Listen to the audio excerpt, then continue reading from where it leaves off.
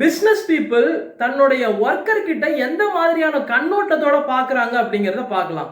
அவங்க ஒர்க்கர் கிட்ட என்ன எதிர்பார்க்கறாங்க அப்படின்னா, உங்களுடைய டெசிக்னேஷன் எனக்கு முக்கியம் கிடையாது, ஆனா உங்களுடைய டெடிகேஷன் முக்கியம் அப்படின்னு சொல்றாங்க.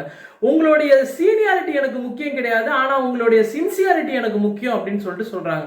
உங்களுடைய வேல்யூபிள்ஸ் எங்களுக்கு முக்கியம் கிடையாது, உங்களுடைய வேல்யூஸ் எங்களுக்கு முக்கியம் அப்படின்னு சொல்றாங்க. அடுத்தது, உங்களுடைய ரிசல்ட் எங்களுக்கு தேவையில்லை, நீங்க ரிசல்ட்டுக்காக போட்ட எஃபர்ட் என்னன்னு சொல்லுங்க அப்படின்னு சொல்றாங்க. உங்களுடைய மார்க் எனக்கு முக்கியம் கிடையாது, உங்களுடைய மைண்ட் செட் தான் எங்களுக்கு முக்கியம் அப்படின்னு சொல்றாங்க. நீங்க எவ்வளவு ராயல்ட்டியா இருக்கீங்கிறது எங்களுக்கு முக்கியம் கிடையாது, உங்களுடைய லாயல்ட்டி தான் எங்களுக்கு முக்கியம் அப்படின்னு சொல்றாங்க. உங்களுடைய பேப்பர் ஒர்க் எல்லாம் எங்களுக்கு தேவை கிடையாது, ஒர்க் ப்ராப்பரா போனுச்சா அப்படிங்கறத சொல்லுங்க அப்படிங்கறத அவங்க பதிவு பண்றாங்க.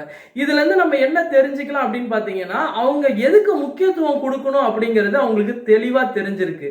இதனாலதான் பிசினஸ் பீப்புள் எப்போதுமே நாங்கள் வெற்றி பெறதா பதிவு பண்றாங்க. அடுத்த ஒரு பதிவில் சந்திக்கலாம். நன்றி.